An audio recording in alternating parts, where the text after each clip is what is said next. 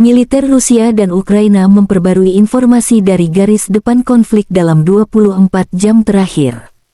Terjadi kontak senjata di sejumlah wilayah tanggal 12 Juni. Di arah Kupiansk, penerbangan operasional taktis dan angkatan darat dan artileri kelompok pasukan Zapad Rusia menggempur unit musuh dekat dengan Novomlinsk, Mashutovka, dan Kislovka, wilayah Kharkov dan Stelmachovka, Republik Rakyat Lugansk. Selain itu, satu unit sabotase dan pengintaian Ukraina dimusnahkan di dekat Rozovka, Republik Rakyat Lugansk, kata Igor Konasenkov, juru bicara Kementerian Pertahanan Federasi Rusia.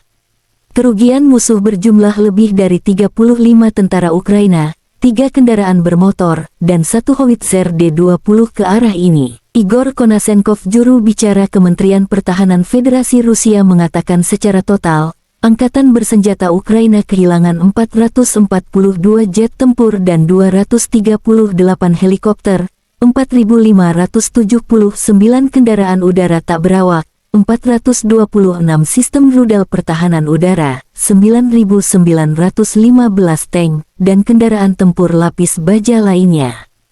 Juga 1.122 kendaraan tempur yang dilengkapi dengan MRLS, 5.093 meriam dan mortir artileri lapangan, serta 10.905 unit peralatan militer khusus dihancurkan selama operasi militer khusus berlangsung di Ukraina.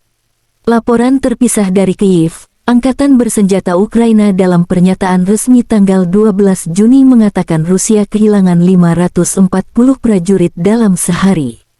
Termasuk 5 tank, 5 kendaraan personel lapis baja serta 10 unit artileri dan 7 drone. Secara total, Moskow kehilangan 216.180 prajurit sejak mereka meluncurkan agresi skala penuh ke wilayah Ukraina. Konflik Rusia dan Ukraina berlangsung selama 475 hari. Belum ada tanda-tanda perdamaian antara dua kubu. Presiden Ukraina Volodymyr Zelensky bersumpah segera mengusir penjajah Rusia. Serangan balik Ukraina akan merebut kembali semua wilayah yang dicaplok Rusia, kata Zelensky. Terima kasih sudah nonton. Jangan lupa like, subscribe, dan share ya.